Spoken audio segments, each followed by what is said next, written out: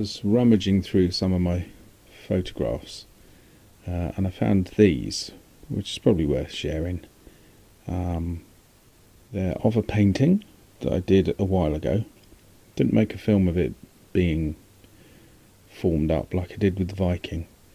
And this one is of Bran, the king of Northumbria. We'll get into him in a minute. It's oil on board, and this is it propped up on the window outside with far too much sunlight crashing around, and it all looks a bit pale. I'm very interested in the differences that different types of light can make. Natural, bright sunshine, diffuse sunshine, indoors, different kind of light bulbs, all of that. So here he is looking sort of vivid and quite bright with a blue sky. This is how it should look. This is under controlled conditions. I don't know what... there's a slight... the corners are darkening slightly, but sometimes that kind of thing happens. So things like there was an edging on the board, so I've cut that off, and we've got the proper colours. So this is how it should look. Simple as that. So it's oil on board. Sometimes I mix all different kinds of paints, but this is just oil. Oil is great fun but very expensive, and hard to keep going in the tube if you haven't used it all. Anyway, that's another matter.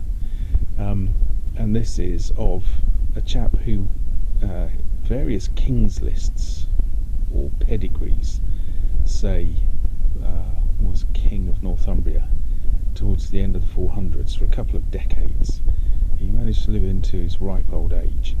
In some stories that associate with him, he has a very interesting shadowy brother, but in other stories not only does he have a brother, he has two sons who themselves are really significant and get tangled up in wars and issues of inheritance.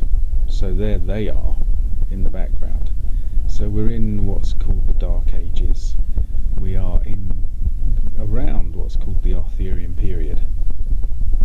And so the armour, that kind of thing, is very typically late Roman, but with twists of Germanic influence and stuff like that. So here's one of the sons. Here he is with a simple circular shield and a kind of copy of a late Roman helmet. There we are with the colours more properly. Behind him is a late Roman style flag that carried on into very common use for a very long time. And there he is sort of receding into the background a little, which I quite like. Bran is also the name of a Celtic god, and this appears to be a clan. This king is probably head of the clan, and they associate themselves with that god. The god is Bran de Fran, apologies for the pronunciation, Bran the Blessed, and he's kind of, and again apologies for being simplistic, but this is about painting, it's not a history lecture. That god is a kind of Celtic, almost predecessor to Thor. He is himself a giant. He's very merry, he's friendly, he is generous, he loves to give feasts, but he's also unstoppable. And he has a legend all of his own, which is very complex. Meanwhile, here we are with his son, going through various types of lighting. I've got a dark sky, although this is a daylight painting. I want it to be dark because these guys are associated with the crow, which is usually black, although the god Bran has a sister called a white crow, Bran Gwen. But anyway, I want a nice dark stormy sky, and up in the background there's a few crows flying about.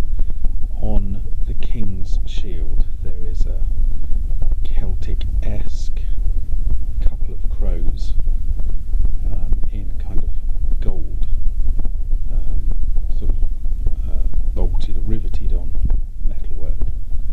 So there's all of that kind of symbolism thrown in. There we are, bit of the shield. And I want to keep them, the figures, the whole thing very loose. I want it to be no hard outlines. I want them to be vague, no faces in the helmets, nothing like that, because these are distant, mystical people. There's more myth to them than reality. Although I think they were real, I think they believed they were linked to the world of mythology.